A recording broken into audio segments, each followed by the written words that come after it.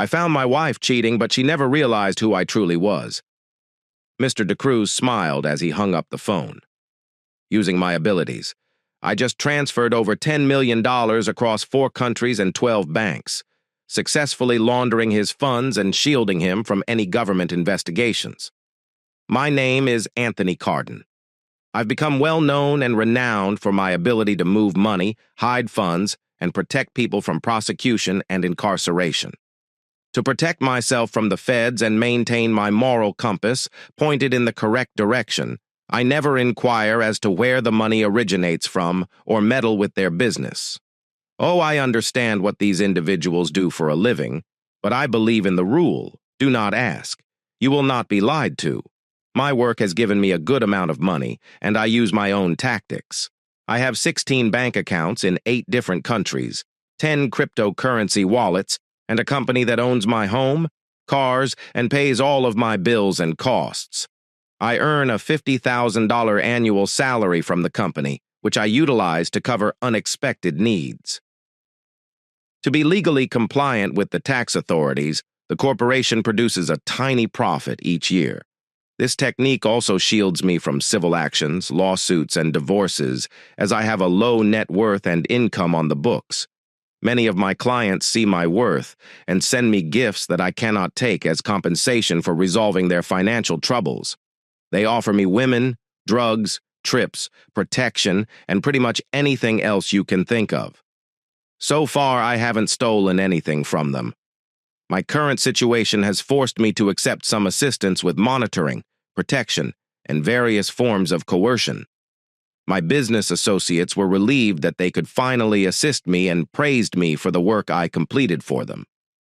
My wife, Jen, considers me a financial advisor, and I am a certified financial advisor.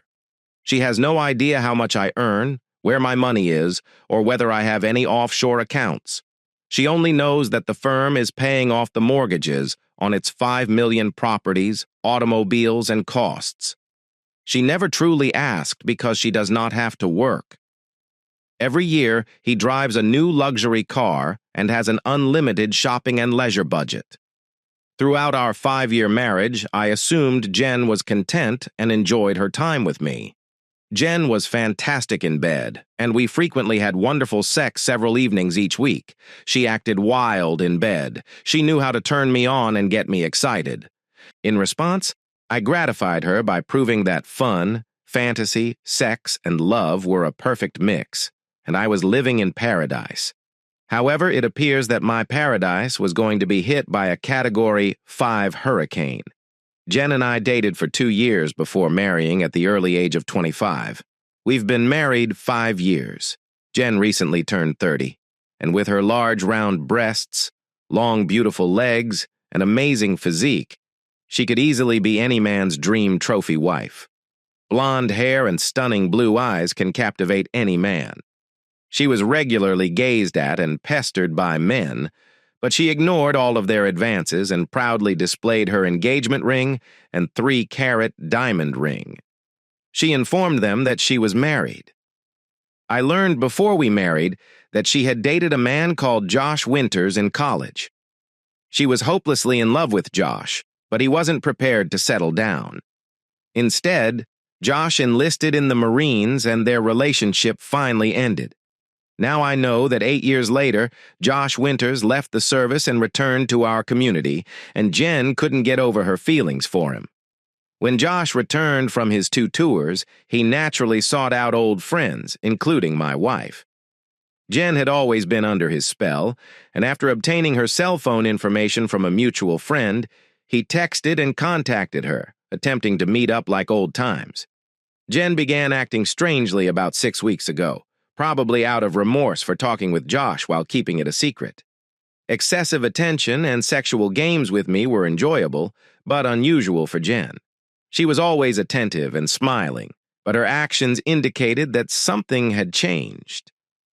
I did not wait to pay closer attention to Jen. That weekend, one of our friends mentioned Josh at a cookout, stating that he was back in town. I asked when he would return, and it matched with the changes I detected in Jen. The next day, I called one of my business associates and explained what was going on, and that I might require his assistance. He was overjoyed that he could finally do something for me after all the money I had earned for him and how I had kept him out of trouble with the feds. I provided him all of the names and information, and he assured me that they will call me soon. Who knows what these individuals do, but they promptly handed me a 4-inch dossier on Josh Winters, which had practically all of his life background and facts. From a copy of his birth certificate to his college records, family tree, and military records, I knew more about him than his mother. I also received a daily printout of his text messages, which included over 15 messages to my wife. I was told not to inquire where they obtained this information. The messages started out nice, as you would expect from an old buddy, but after a week, they got sexual. I was relieved to see Jen reject his approaches, but after another week of persistence, he was eventually able to break through the boundaries and she began to flirt back. My rage towards this predator intensified as I realized Jen still had affections for this scum, and I knew there was danger ahead. After 4 weeks of flirting and messaging, he persuaded Jen to join him for lunch. The guy even had the audacity to urge her to dress something seductive for him because he missed her so much. To my horror, she accepted and even requested if she could forget her underpants. It's just like old times. My rage had reached a new high and I spat it out. I approached my business associates for guidance, and they gave me several suggestions for dealing with this individual.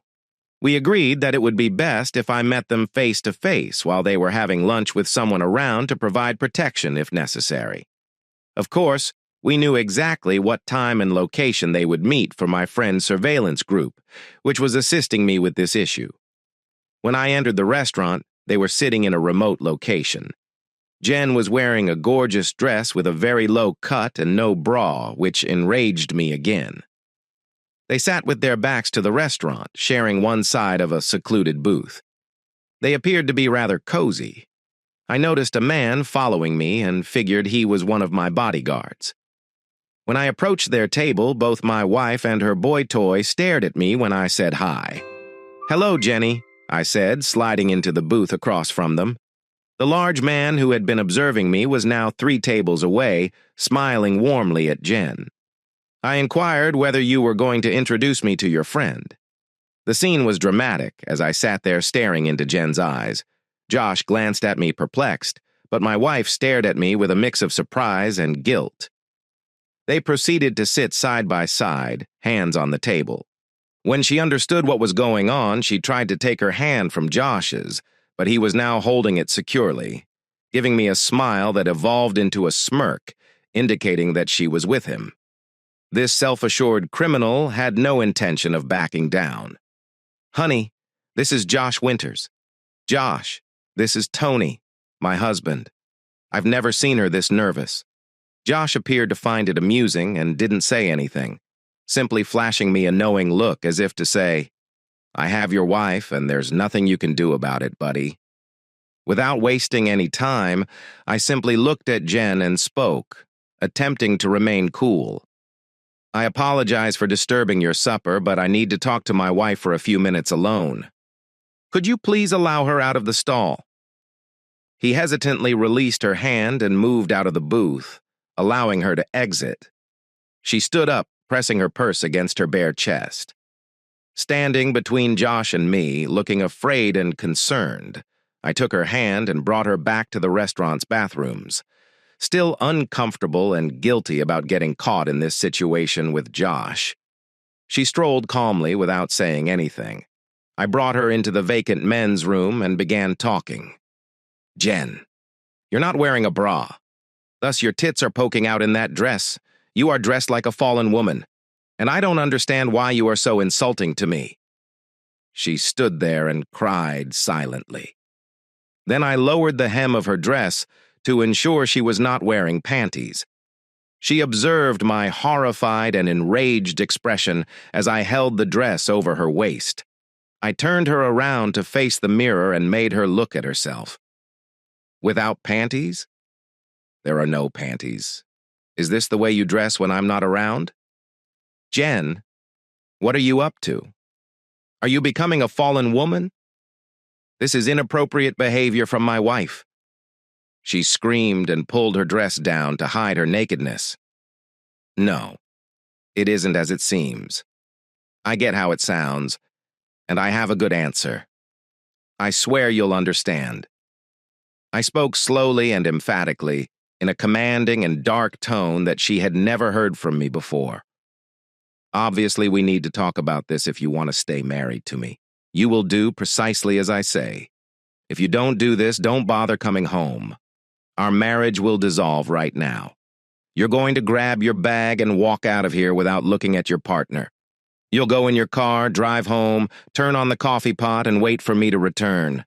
I won't be more than 10 minutes late. You should avoid texting or calling your partner or anybody else until we talk. I'm going to speak with your partner and explain why you had to go. I noticed she didn't look me in the eyes, which I assume was because she felt bad about being caught like that. Just one more thing. When you get home, do not change your clothing and stay in this outfit. I want you to continue to wait for me in the same way you are now. If you don't comply with my request, don't even come home tonight. Then I'll call you later to inform you how things will progress from here on. Oh my God, what did I do? When Josh came to me, I was relieved to learn that he was safe and not in the military, as I had long been anxious about his safety. Josh was my first love, and it took me a long time to get over him after he left me years ago.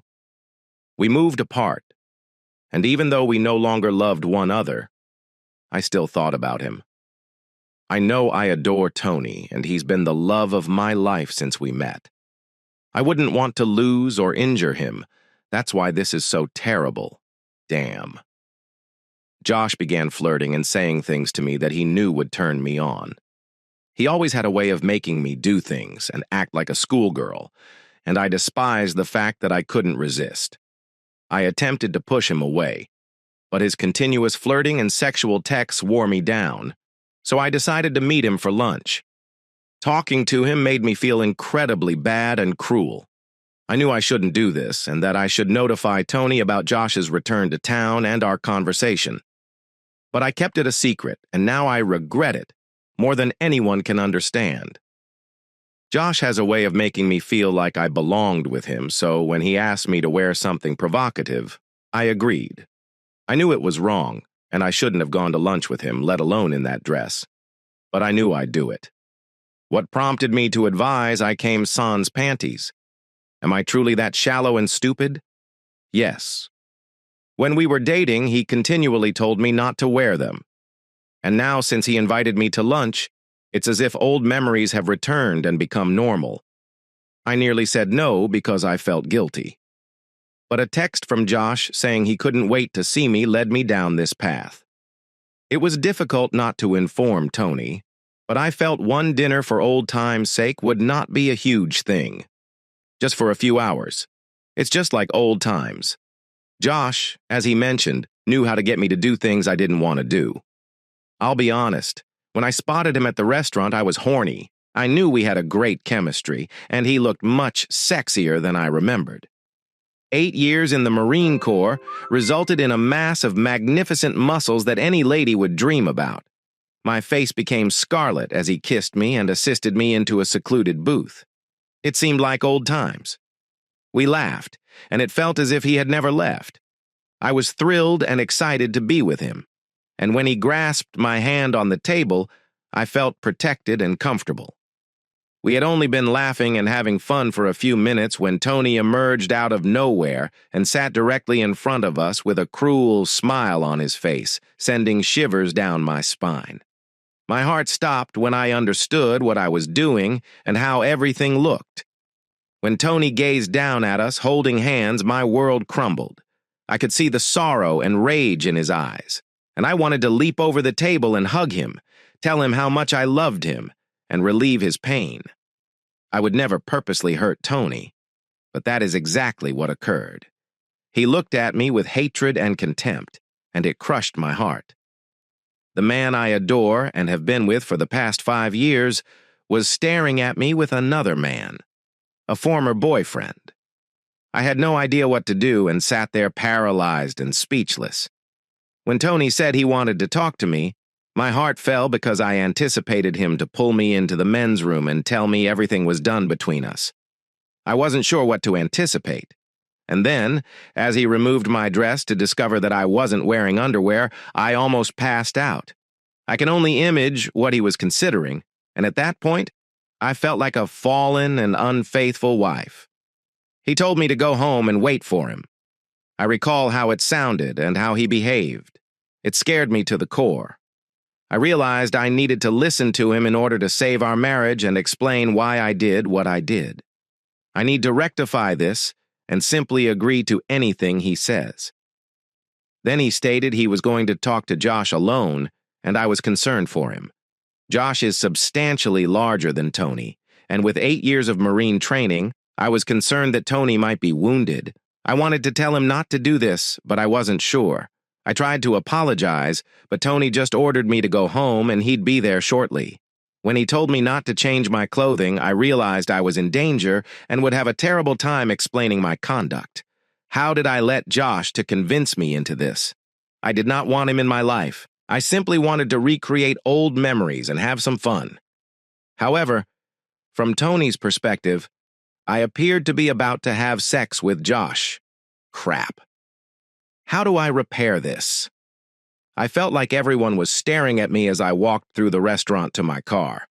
I didn't dare look at Josh because I knew he was wondering where I was headed.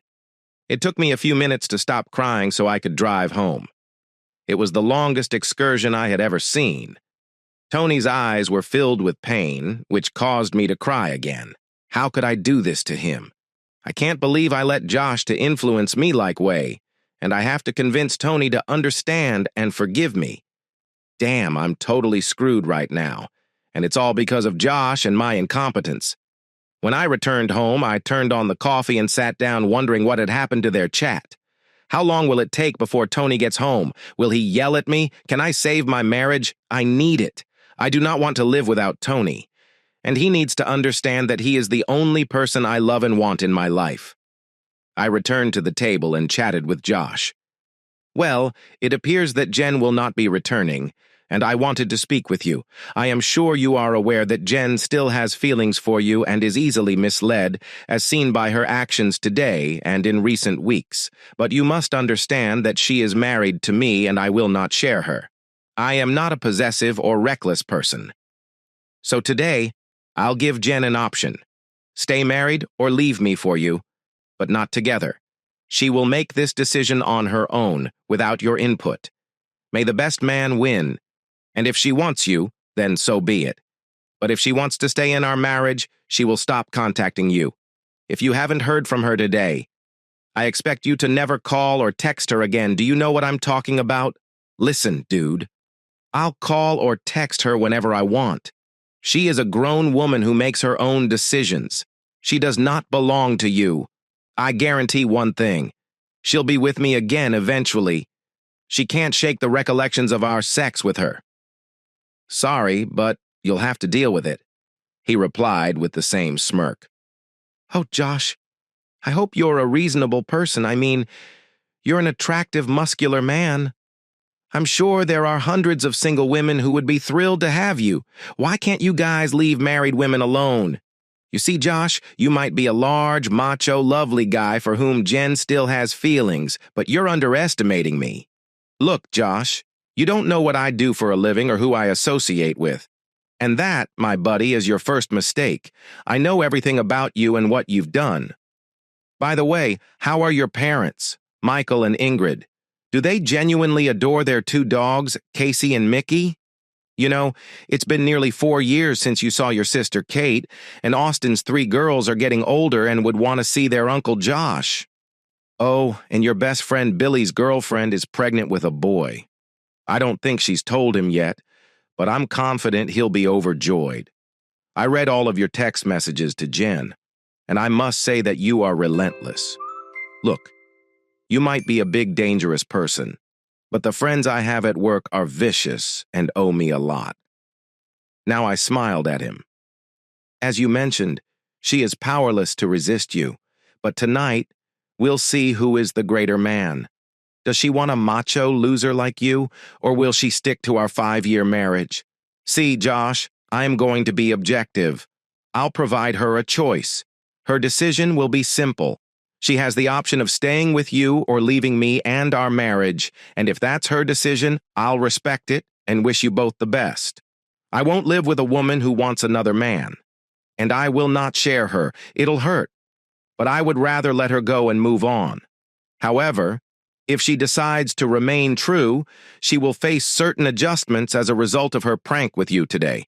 You two have harmed my trust and will need to be rebuilt.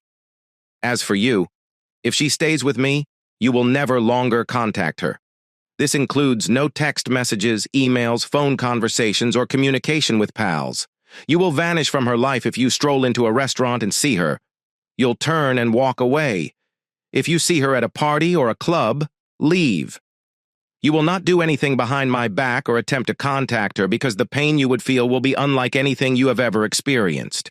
Your loved ones will pay the price for your ignorance. Do you comprehend what I'm saying? Do you know how serious I am? Josh sat there shocked, unsure what to think. How in the hell can you know so much about my family and my life? As I previously stated, many of my friends owe me a favor, and those friends are not the ones you want to be connected with. I may appear to be a meek guy, yet there is more to me than meets the eye. Are you really going to give her the chance to leave you for me? I follow through on my commitments. Yes. If any other lady had treated me with the way she did today, I would have kicked her out and ruined her.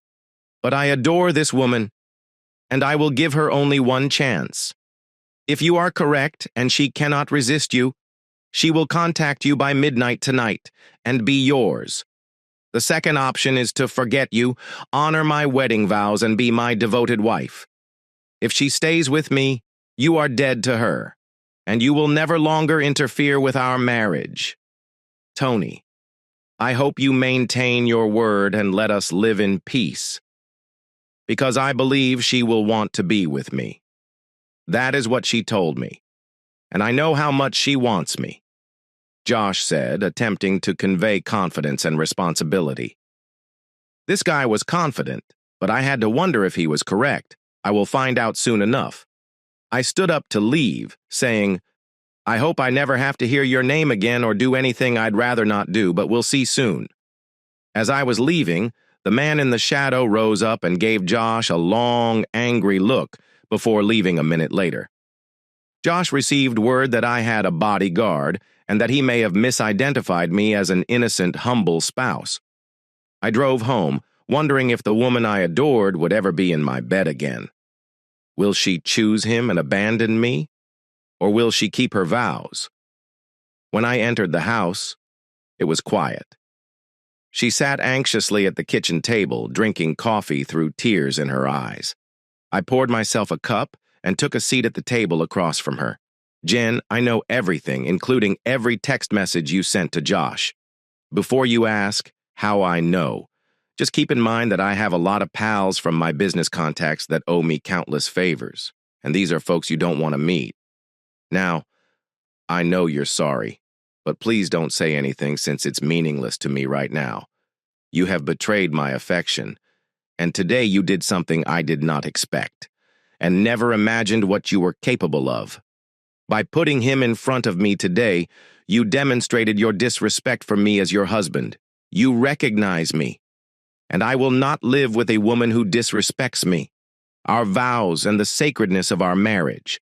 Many individuals believe that a cheating spouse can only be defined as someone who sleeps with their partner. Some people believe that kissing is not cheating, but in my opinion, even the thought of being with another man is a lie. Kisses and caresses go beyond deception and are not acceptable. The chats you had with Josh and the gorgeous outfit you wore without a bra. Exposing yourself. You suggested that you come sans panties, the way you sat together, holding hands in front of my eyes. All of this, both individually and collectively, constitutes treason. You extended your affection and care to a man outside of our marriage. Yes. Obviously, there was no kissing, and it is the sole reason we are still contacting and having this conversation. You should be aware that I will never disclose your information with anyone, and I refuse to put up with an unfaithful wife. I know how close you were to Josh, and I understand that you still feel for him. However, I understand that you are married to me, and I assure you that I will not share you with him or anyone else. I haven't kicked you out yet because I love you so much and will do anything to keep us together. However, before I go any farther, I have a question, and I will not lie, as I may already know the answer. Did he touch you while you were sitting with him without panties, as he or anyone else in our marriage has done before? I swear never. Nobody has ever done this. Only you. But you agreed to let him do it today. Am I correct? She bowed her head and started crying again. I don't know. I didn't intend to do this. No. I'm very sorry about everything. I am such an idiot. Please excuse my foolishness, Tony. Well, if he had touched you there, the conversation would have ended. Aside from a few handshakes and text messages, nothing appears to have ended our marriage. However, I am disappointed by your conduct. Tell me why you wore this clothing. Displaying your charms. Tell the truth. Did you intend to seduce and get him into bed? Oh, God. No, I'd never do it. It's difficult to explain, but I simply wanted to look sexy for him and experience some of my previous sensations. I know it was stupid, and I was being selfish, but he has a way of convincing me to do things I never meant, like sleep with him. You must believe me, Jen. I want to believe it. But everything you did today raises a significant question that I want answered. I promised you that I would never share you with another man. I also refuse to marry a lady who is in love with another man and wishes to be with him. I'm going to give you an option, and I want you to think carefully about it because if you pick, I will never tolerate betrayal or disrespect from you again. I know you love me and I understand your previous feelings for Josh, so I'm going to give you an option. I want you to decide between Josh and your marriage. If you wish to be with him, I can let you go. I will treat you properly in the divorce proceedings and ensure that you both live in safety without fear of reprisal. Or you can stay in our marriage, be faithful to me, and keep your wedding vows. A simple decision with long-term ramifications. Now, if you want, Josh, I will ask you to leave the house with your possessions by this weekend, and I will immediately initiate divorce proceedings. If you want to stay married, you won't get involved with Josh again. Not now, not ever. This indicates he'll be dead to you. I then set out the same requests. I had warned Josh not to be in the same spot at the same time, and I had explained how I would know if that happened. She consented without hesitation. So, Jen, you now have an out-of-jail card. This opportunity only comes once in a lifetime. You must pick between your ex-lover and your loving husband. I'm going to take a shower, and when I return, I'll require an answer. Choose wisely. Before I left the kitchen, she blurted out, "Of course I chose you, honey. I love you and do not want anyone else. Jennifer, you deceived me today. I heard what you just said, but I'd like you to sit here and think about it carefully. If we stay married, you will have to reestablish the trust we previously shared. You will also have to assist me overcome the pain and anger you have caused, which will be difficult. Take your time and respond once I get back. Given your actions today and your feelings for Josh, this is too important a decision for you to make without some serious internal thought," I said, leaving her in tears with her head in her hands. I took my time showering and dressing, and when I returned to the kitchen, she rushed up to me, hugging and kissing me. "Tony, I will never leave you or do anything like that again. I promise to make it up to you and be the perfect wife. I am your wife and I want your children, so please do not leave me. You're the only man in my life. I love you." She said this while kissing me and held me tighter than ever before. We kissed and held for a few minutes before I brought her to our bed and reunited with my wife. My rage drove my actions as I sexually raped this lovely woman, who entirely surrendered to me. "I love you, Tony. Please take me." Then she drew me close and kissed me lovingly. I made love to her for a long time, and with great pleasure. We reached wonderful heights together before hugging silently for an hour, till the world around us faded away. We were married again. We both knew that nothing would ever separate us again. The next day, Josh reflected poorly. She did not call me. So, I suppose she chose to stay with this imbecile. I can't believe this.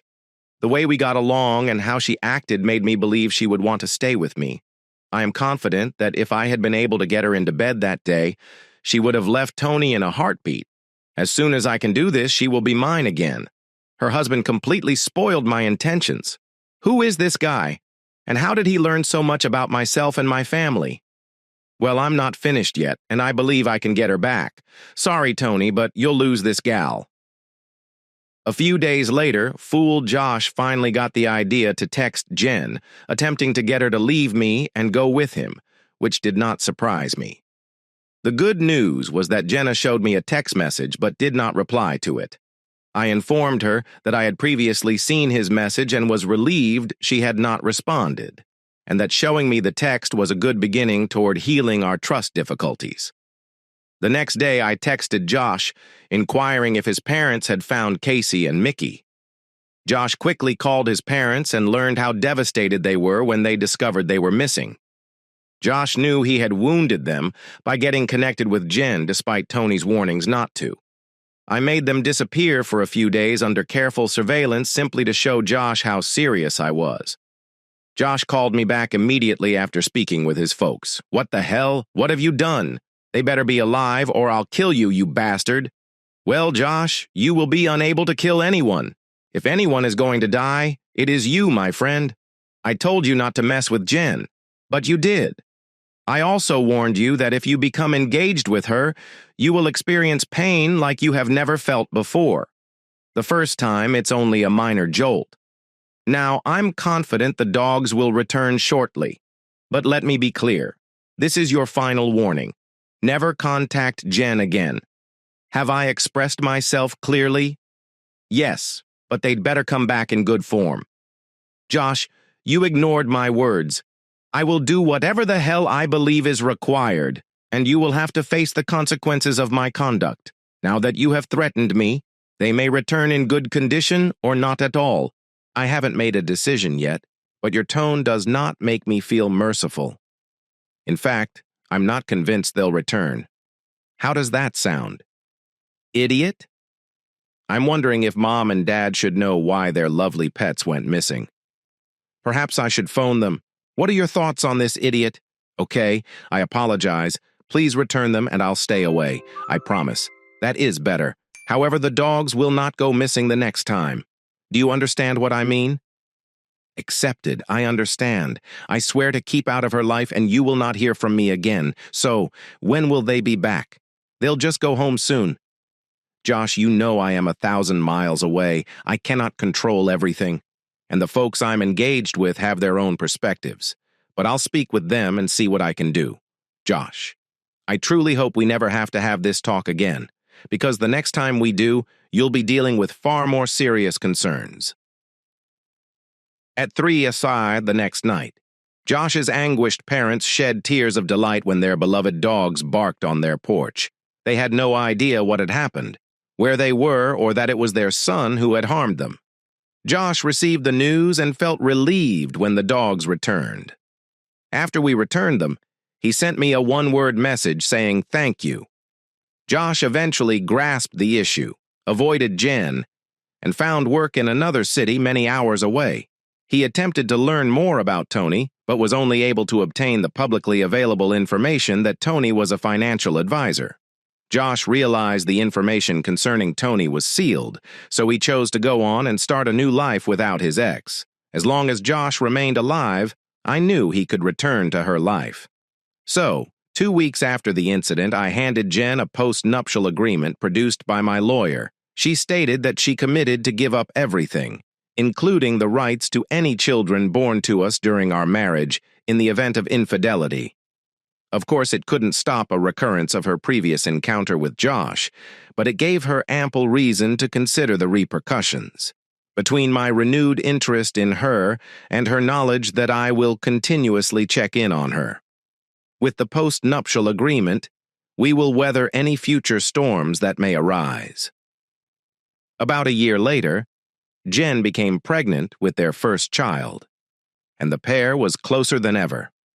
Jen recognized how close she was to ruining her life, so she focused herself to making Tony happy and strengthening her family. Nobody discussed Josh anymore, and it was as if he never existed.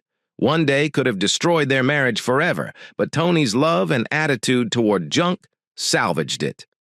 Here's the next story. I awoke to the sound of soft whispers and muffled laughter, the kind that sends shivers down your spine since you are not allowed to hear it. My eyes opened, and I saw them. My wife, Rachel, was splayed across the bed with a man I did not recognize. He was half-dressed, with a grin that looked like he had won the lottery. "Don't stop now," she hissed to him, her voice filled with twisted delight that turned my stomach. She had not even noticed. I was awake, gazing at the betrayal taking place inches away from me. My hands tightened so tightly against the bedsheets that my knuckles became white. I couldn't process it. Was this real? Was it a nightmare? But the heat is rising to my face, and the sound of my own heartbeat beating in my ears confirmed that this was genuine. Then, as if to taunt me even more, she turned her head and locked eyes with me, rather than remorse or shame. Her lips twisted into the cruelest smile I'd ever saw. "Oh, Ethan," she hissed, "you were not supposed to wake up just yet." Her lover laughed. That's when something within me snapped. I got up on my feet in one movement, and before I understood what I was doing, my fist hit the man's jaw. As he rolled off the bed, gripping his face in pain, a horrible snap resonated around the room. Rachel shrieked and jumped to her feet, but not to defend me. "No," she shielded him. "Are you insane?" she yelled, hatred oozing from her words. "You have no rights." "No right!" I screamed, my voice shaking with wrath. "This is my home, my bed, and you!" I pointed to her. My hands trembled with adrenaline. "You are my wife!" But Rachel did not appear terrified or regretful. She did not even flinch. Instead, she laughed, a chilly, harsh sound that penetrated deeper than any knife. She spat, "You really thought you could keep me happy?" Her eyes were flaming with fury. "You are pathetic, Ethan. You've always been." I froze, her words hitting me like a freight train. The man on the floor groaned and spit blood as he fought to sit up. But my gaze never left Rachel. The lady I thought I knew, the one I'd loved and shared a life with, was unrecognizable. That's when she bolted without saying another word. Rachel grabbed the blanket and dashed downstairs. I stood there for a while, torn between continuing what I'd begun with the man bleeding on my floor and chasing her. The betrayal seared within me like fire. But I needed answers. I wanted to know why I left the man groaning behind me and stormed down to the basement, yelling her name. But when I opened the door, the silence struck me like a brick wall. No sound, no movement, just an uncanny silence that caused the hairs on the back of my neck to stand up. "Rachel!" I barked as I stepped further inside. "Don't try to hide from me now." Still nothing. And then, out of the corner of my eye, I noticed the closet door slightly open. My stomach twisted with fear as I approached. I reached out, grabbed the doorknob, and slammed it open. When I pushed the closet door open, I expected to see Rachel hiding inside. What I discovered instead sent shivers of perplexity and horror down my spine. The space was not empty, but neither was Rachel. Inside, piles of boxes were arranged carelessly to one side. But what caught my eye was the weird object perched on the floor. A black duffel bag, bundles of cash spilled out of the slightly unzipped zipper. Thousands. Tens of thousands, perhaps. My breath got locked in my throat. What the hell was this? I leaned down, my hand quivering as I took the bag. It was heavier than I imagined, and as I unzipped it further, I discovered something much more alarming. Documents, passports, IDs, and even credit cards, all with Rachel's image, but with a different design. Names: Jessica Sullivan, Emily Hart, and Ava Green. Who were these individuals? Or, more terrifyingly, who was Rachel? Footsteps behind me jolted me out of my daze. I swung around and saw Rachel standing there. Her cheeks paled, but her eyes were calculating. She was not afraid. She was not ashamed. She looked enraged, as if I was the one who had crossed the boundary. "You should not have seen that," she hissed. Her voice was low and harsh, filled with malice. "What the hell is this? Rachel?" I yelled, holding out the package. "What happened to the cash? Fake IDs? What are you, some sort of criminal?" She did not flinch. Instead, she crossed her arms and tilted her head, as if I were an idiot for asking. "You would not comprehend, Ethan. You've never been intelligent enough to—" Her comment stung like a slap in the face. "I gave you everything," I yelled, my voice cracking under the weight of my rage. "And this is who you are. You're cheating on me, lying to me, and now you're pulling some type of scheme behind my back." Rachel gave a harsh laugh. "Oh, Ethan, do you truly believe this is about you? God, you have such a little intellect. You don't see the full picture, do you? You're simply convenient, a means to an objective." Her comments struck me like a freight train. I looked at her, shocked. My mind raced to grasp what she was saying. A means to an objective. All these years we have established a life together. It had all been a lie. "What the hell does that mean?" I demanded, my voice trembling from wrath. She groaned heavily, as if I was wasting her time. "You were boring, Ethan. Predictable. Simple to control. I needed someone like you to keep things stable while I focused on more vital tasks. I couldn't believe what I heard.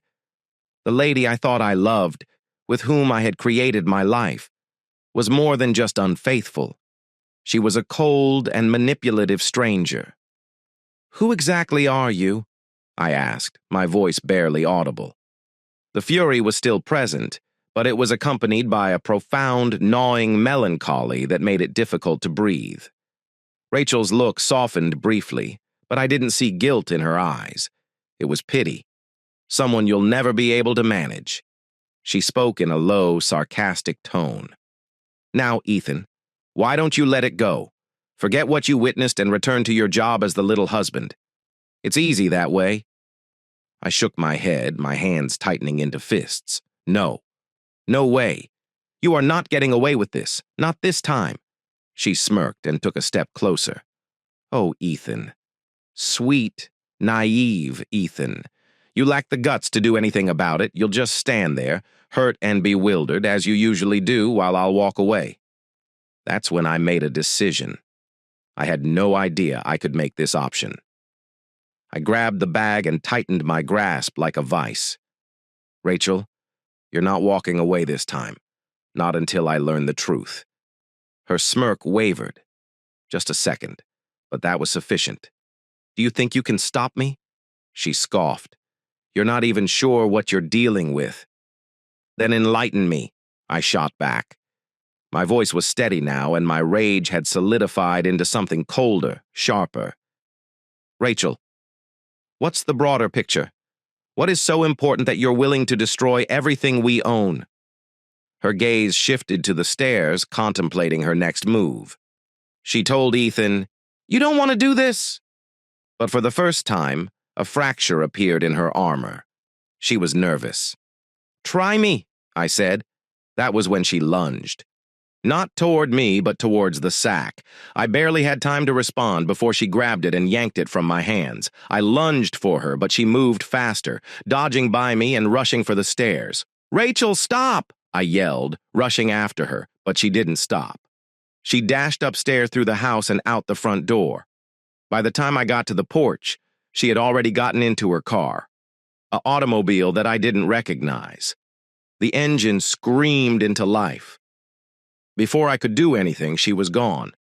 I stood there, breathless, staring after her, the suitcase, the identification cards, and the falsehoods. Everything had just vanished into the night, leaving me with nothing but questions. And the man who had bled on my bedroom floor, he was also gone. I didn't have long until the shock turned into something else: determination. Rachel wasn't going to vanish into the night without explanation. My mind raced as I grabbed my car keys from the kitchen counter and hurried out the door. If she imagined she could vanish like a shadow, she was mistaken. My tires squealed as I drove out of the driveway, scanning the deserted street. The cold November air nipped at my face through the half-opened window, but I didn't mind.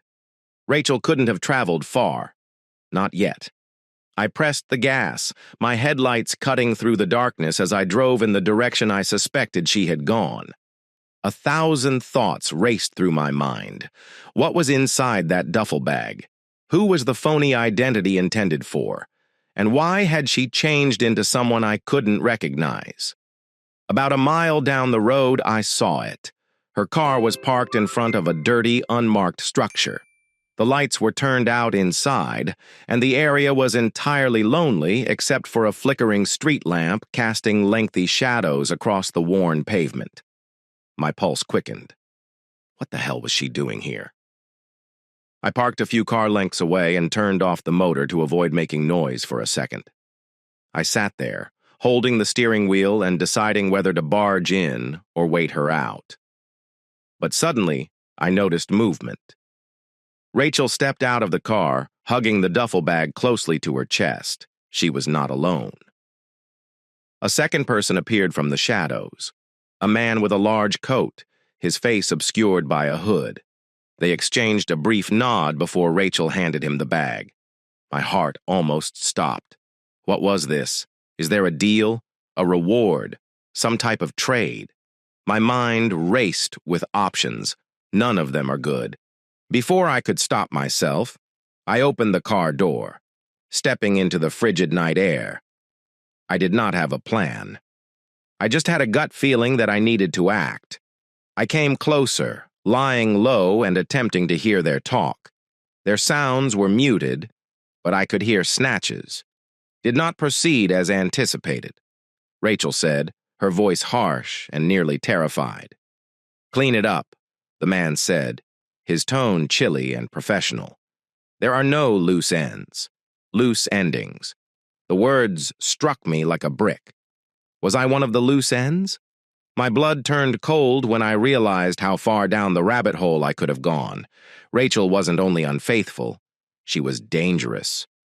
The man turned his head abruptly, as if he had sensed something. I ducked behind a dumpster, my pulse hammering so hard I was certain they could hear it. After a moment, the tension dissipated, and I glanced out again. The man walked away. The duffel bag was thrown over his shoulder. Rachel stayed there for a time, watching him go into the shadows before getting back into her car. Here was my chance. I darted toward the building, staying low, and slid inside just as she slammed her car door shut. The interior was as shabby as the exterior. A hollowed-out shell of what may have been an office or warehouse. The air smelled like mildew and something metallic. I crouched near a dusty window and looked out to see Rachel drive away. She left again. But I wasn't alone. The sound of footsteps resonated from deeper within the building, slow, deliberate. My blood became chilly. I moved my head toward the sounds, struggling to see in the low light. That's when I noticed a shadow creeping gradually toward me.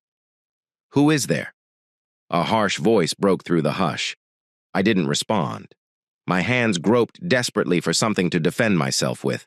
My fingers clasped around a rusted metal pipe. The shadow got closer, and the voice called out again. I asked, who was there? I tightened my grip on the pipe, breathing in shallow bursts. My head yelled for me to flee, but my legs felt like lead. The stranger moved into the dim light, and I froze. It wasn't the hooded man, but someone completely different. "Wrong place, wrong time," he grumbled, taking something sparkly from his jacket. A knife. I had seconds to respond without thinking.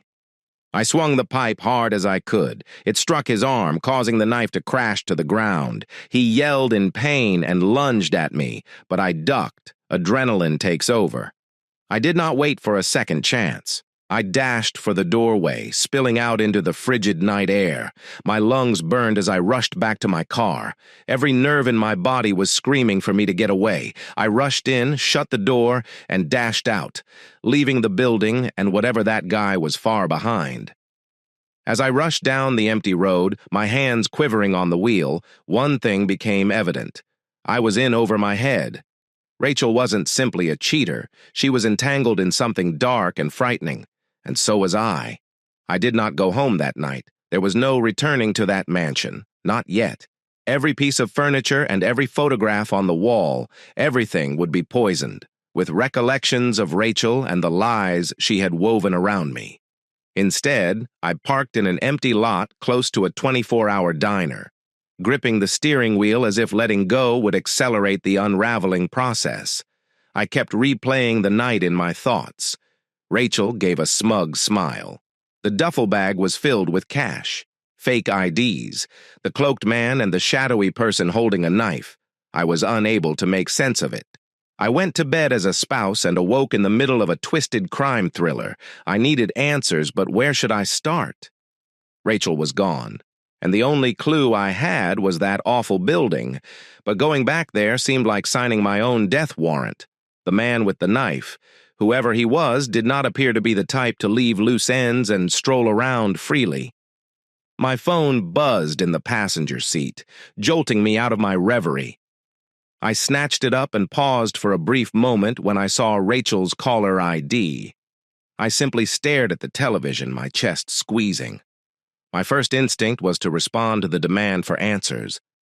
But another part of me, one that remembered the coldness in her eyes, paused. What if this was a trap? What if this was merely another level of her manipulation? The phone buzzed again, and despite my better judgment, I swiped to respond to Ethan. Her voice seemed quiet and even bored, as if she were calling to remind me to pick up milk. I assumed you tried to follow me. Rachel, did you enjoy your brief adventure? I said through gritted teeth, clutching the phone so tightly I feared it would crack in half. What the hell is going on? Who was the guy? What was inside the bag? Don't dare to play games with me right now. She sighed, and I could almost see her roll her eyes. Ethan, you have always been so dramatic. That is part of the problem. What's the problem? I snapped, raising my voice. The problem is that you are cheating on me and running a criminal enterprise out of our home. Do you have any idea what you did? Relax, she replied with a condescending tone. It's not as horrible as you imagine. Not that horrible, I shouted. I was just attacked in a godforsaken building because of you. Who are you? Rachel. Whom have I been married to? When she spoke again, there was a little silence that allowed uncertainty to seep in. Her voice was colder, sharper. You've been married to a woman who had bigger plans than to play house with you. That's everything you need to know. Not good enough. I let out a growl. I want the truth right now. She laughed, a brief, unfunny sound that shot shivers down my spine. Ethan, you couldn't handle the truth. You're not designed for this world. Try me, I shot back. There was another delay, and I could hear her breathing from the other end. When she finally spoke, her tone was softer but no less menacing. Fine. Join me tomorrow at 9 a.m., the ancient gas station off Route 6. Do you want answers? You will get them. But Ethan. Her tone changed, and there was an edge to it that made my stomach turn. Come alone. If I even suspect you've engaged someone else, you won't enjoy what comes next. The call went dead. I glanced at the phone, my heart pounding. 1,000 thoughts rushed through my mind. Could I trust her? Of course not. But what options did I have? This was my one chance to learn the truth about Rachel, about the bag, about everything. If I didn't show there, I'd live the rest of my life with unanswered questions. And if I did come up, there was a considerable possibility I would not leave. The next morning arrived way too quickly. I scarcely slept, my mind racing in circles. When 8:30 a.m. rolled around, I was already parked half a mile away from the petrol station, keeping a watchful eye. The building was deserted, its windows boarded up, and its sign corroded beyond recognition, an ideal location for a setup. I checked my phone again. No texts or calls, just the chilly, depressing feeling that I was walking into something I might not get out of. At 8:55 a.m., I exited my car and began walking toward the station. The air was heavy, the type of stillness that made you acutely aware of every sound. My footsteps crunched on the gravel and I looked around for Rachel or anyone else. When I neared the front of the building, the door cracked open, revealing Rachel standing in the shadows, as serene and controlled as ever. She wore a leather jacket. Her hair was pushed back and she was holding a cigarette. She was not even smoking. It was all for show, as if she were portraying a femme fatale in a movie. "You actually came," she replied, a small smirk on her lips. "I wasn't sure if you had it." "Enough with the games," I said. My voice is firm now. She took a step closer, her eyes shining with something I couldn't identify. "All right, Ethan. Do you want the truth? Here it is." She reached under her jacket, and for a single second, I assumed she was bringing out a pistol. My muscles stiffened, and every instinct told me to move, but instead, she brought out a piece of paper. She handed it to me. Her smirk grows wider. I unfurled it, scanning the contents.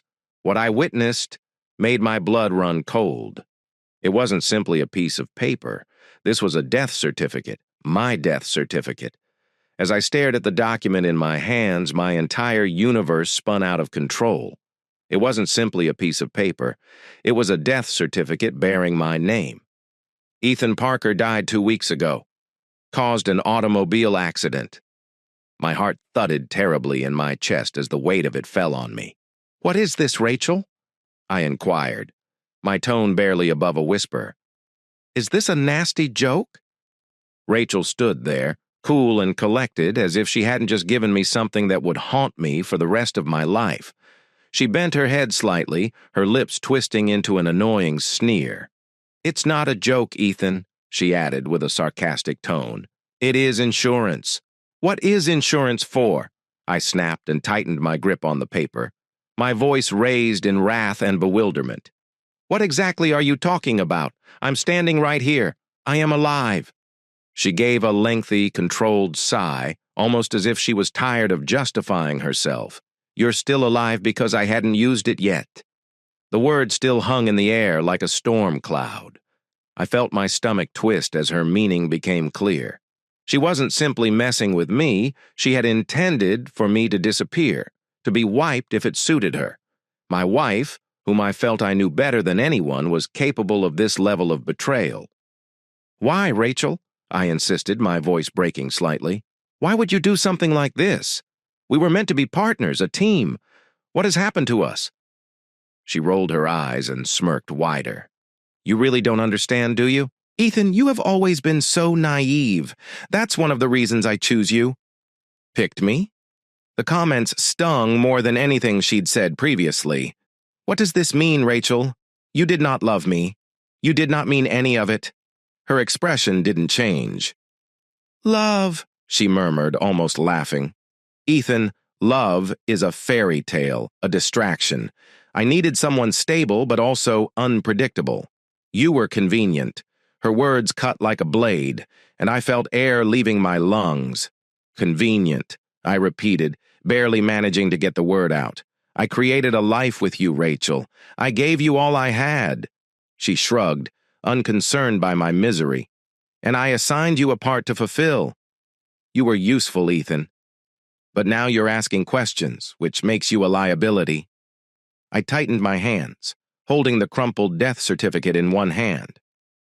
"A liability. I am your husband. Is that another one of your lies?" Rachel took a step forward, her eyes steely and unforgiving. "You need to comprehend something, Ethan. The life you believed you had with me, it was never real. It was a cover, a method to keep everything going smoothly. And now that you've seen behind the curtain, you have two choices. Stay away from my business. Or..."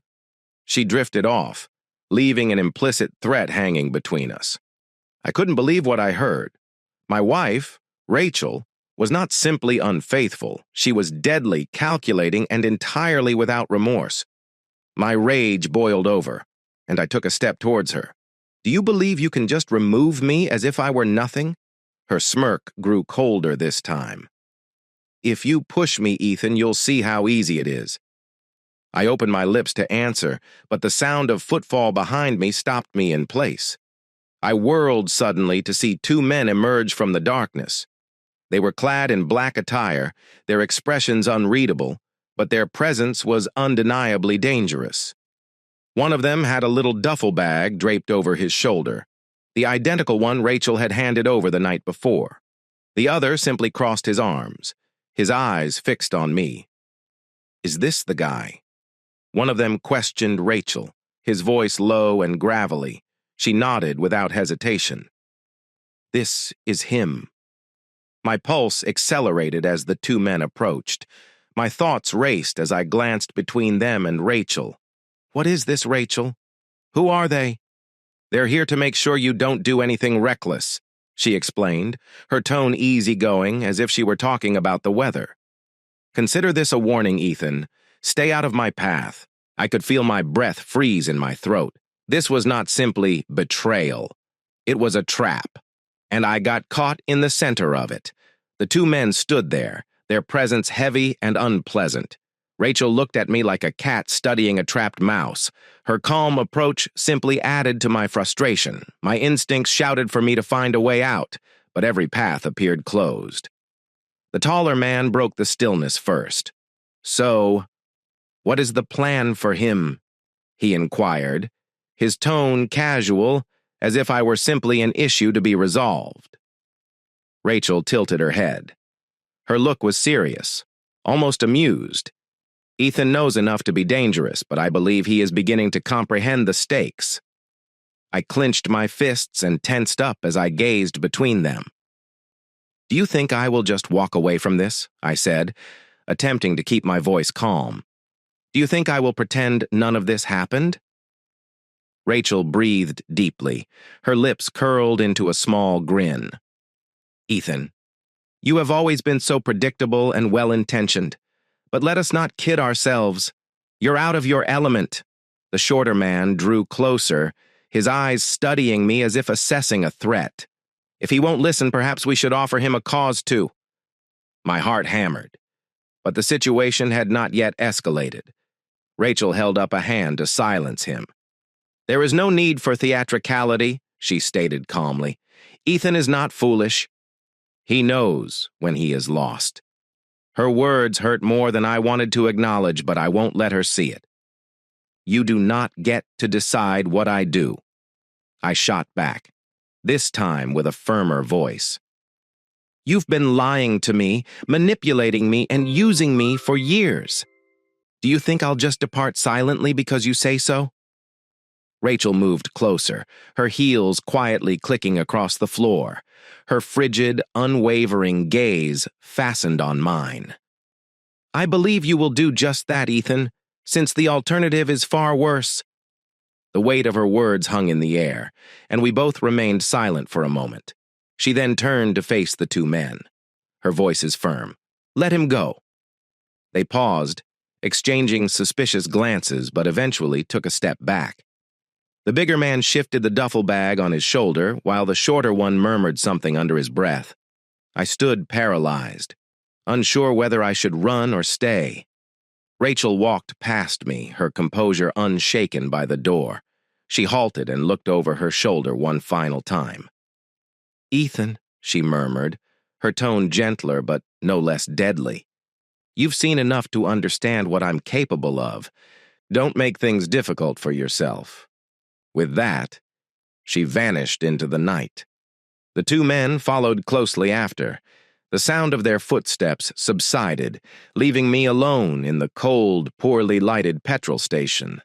I took slow breaths as I struggled to understand what had just happened. Rachel believed she had triumphed, that her threats would scare me away.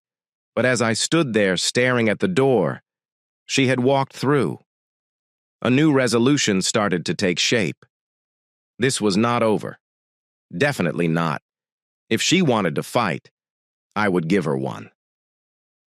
I stood in the weird calm of the gas station, my mind churning like a whirlwind.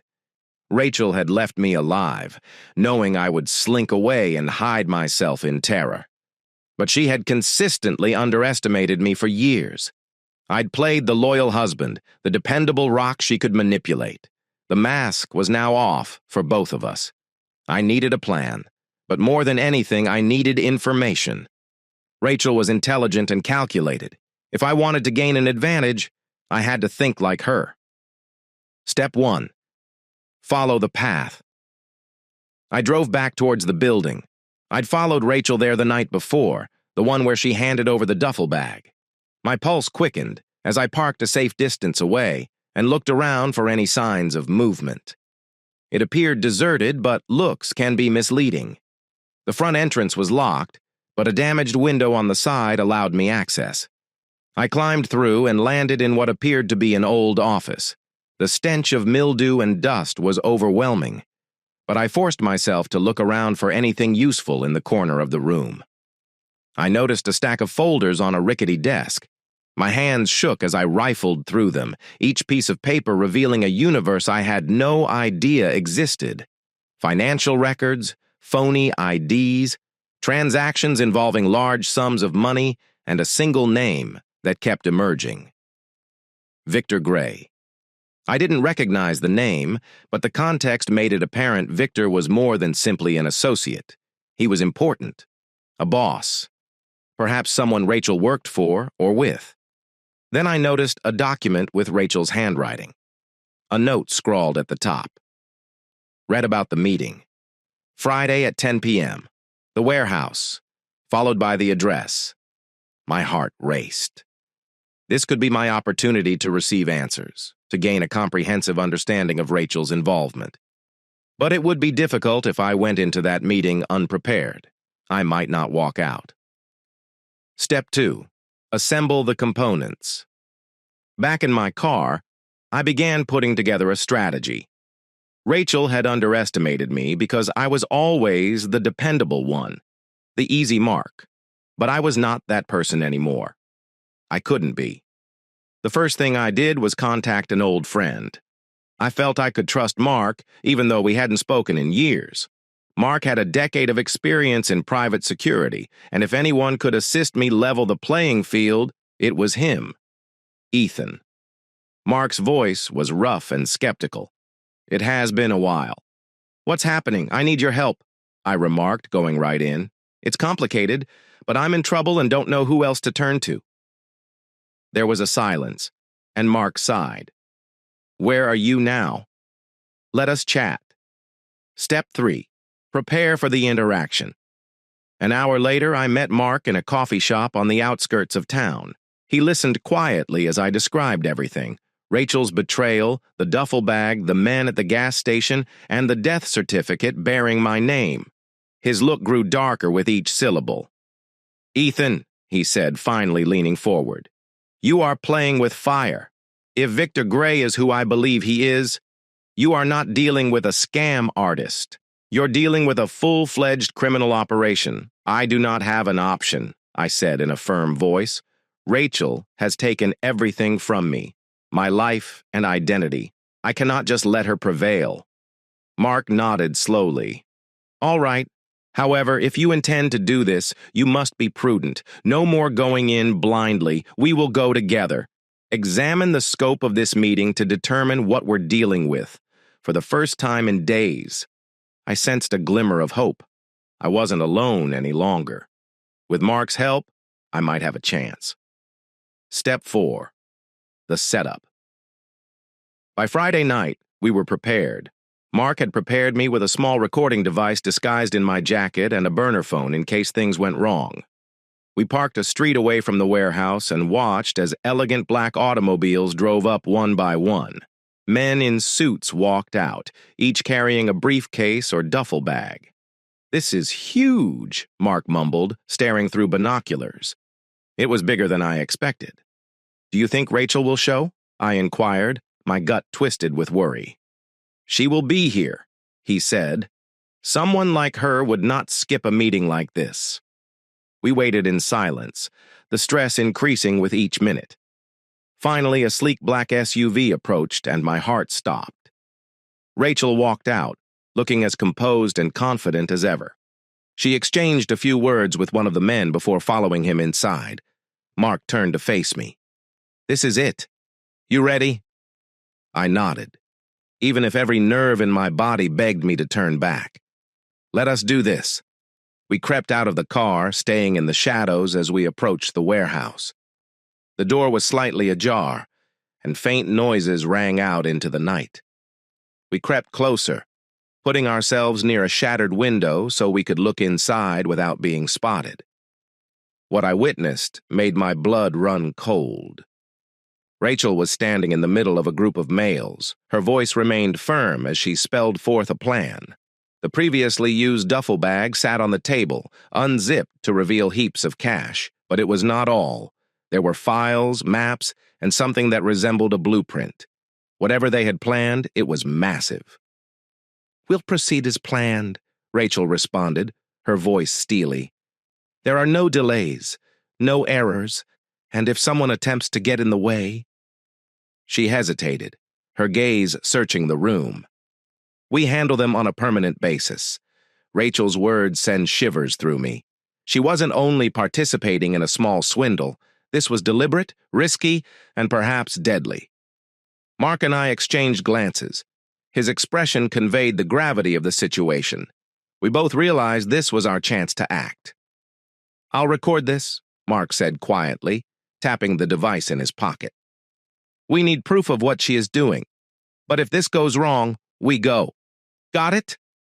I nodded, though my heart was pounding in my chest, observing Rachel dominating the room. Her unwavering confidence was strange. This was not the woman I expected to marry.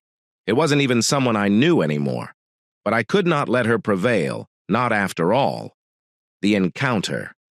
We waited for the meeting to continue. Mark, taking note of every word. Rachel and the men talked about shipments, finances, and, chillingly, contingency plans for anyone who threatened their enterprise. It was enough to understand what was going on. Rachel wasn't merely a participant, she was in charge of the show. Then she said something that had me frozen in place. "The final issue is Ethan," she added, her voice loud and demanding. "I've warned him, but if he keeps pressing, we'll deal with it." One of the males grinned. "Do you want me to take care of him?" "No," Rachel responded. "Not yet. If necessary, I'll deal with him directly." That was it. I couldn't remain hidden any longer. My rage boiled over, and before Mark could intervene, I rose up and stepped through the threshold. "Deal with me now," I spoke, my voice piercing through the room like a razor. Every head turned to face me. Rachel's expression shifted, shock, then fury, and ultimately something like amusement. "Ethan," she said calmly, "I didn't expect you to attend the party. You didn't leave me many options." I shot back. "I've heard everything, Rachel. Money, plans, and falsehoods. This is over." The males in the room stood, their postures tight, but Rachel raised a hand. "Easy, boys," she whispered, her gaze fixed on mine. "Ethan and I just need to have a quick conversation." She moved closer, her heels clicking against the concrete floor. "What are your plans, Ethan? Expose me. Run to the cops. Do you honestly think they'll believe you?" Mark entered the room behind me. His presence strengthened my determination. "We have proof," he said while holding up the recording equipment. "Every phrase and every plan. It is all here." Rachel's eyes narrowed, and her resolve wavered for the first time. "You're making a mistake," she warned, her voice low and menacing. "You do not know who you are dealing with." "No, Rachel," I said, my voice firm despite the storm inside me. "You do not know who you are dealing with. You underestimated me, just as you underestimated us, the escape." Rachel's composure slipped even further, but before she could answer, one of the men leaped at Mark. Instinct took control. Mark sidestepped and used his momentum to push the man into a neighboring table. Papers and cash were everywhere, causing havoc in the room. "Run!" Mark yelled, grabbing my arm and yanking me to the door. We dashed out of the warehouse, the sound of shouts and footsteps after us. Mark put the recording gadget into his pocket as we approached the car. We barely had time to slam the door shut when the first of Rachel's men raced out, shouting after us. "Go!" Mark barked, and I pressed the gas, the tires screeching as we accelerated away. The fallout. By the time we got to a safe distance, my hands trembled on the steering wheel. Mark was already on the phone, phoning someone he trusted to handle the recording. I couldn't think clearly. My mind was racing with everything that had happened. "Ethan," Mark said, his voice steady. "This is not over. We must turn this in and go underground. Rachel will not let this go." He was correct. Rachel would not stop. But for the first time, I felt like I had the advantage. The recording was beyond her control, and the authorities would soon learn everything. The aftermath. In the days that followed, the operation started to unravel. Mark's contact moved promptly, ensuring that the proof reached the appropriate people. Rachel's identity was linked to the operation, and warrants were issued for her arrest. I knew she wouldn't go gently, but her lie-filled existence was disintegrating around her. As for me, I was left to pick up the pieces of my own life. The house, the memories, and the years I'd shared with Rachel. They all felt like bits of a history I couldn't recognize. But I wasn't the same person who had awoken to betrayal. I was stronger, sharper, and prepared to rebuild. Reflection. Looking back, I recognized Rachel's betrayal had crushed me while also forcing me to grow. I had been blind to the reality for far too long, satisfied to live in a comfy falsehood. Now I see the world for what it is: harsh, unexpected, and full of second chances. If I had one piece of advice for anyone going through a similar situation, it would be this: don't underestimate your own strength. When individuals you trust turn on you, it does not define you. What happens next is determined on how you climb. Thank you for listening to today's stories. If you enjoyed listening, please like and subscribe if you haven't done so already. Also, leave a comment below to share your thoughts on what happened. Take care.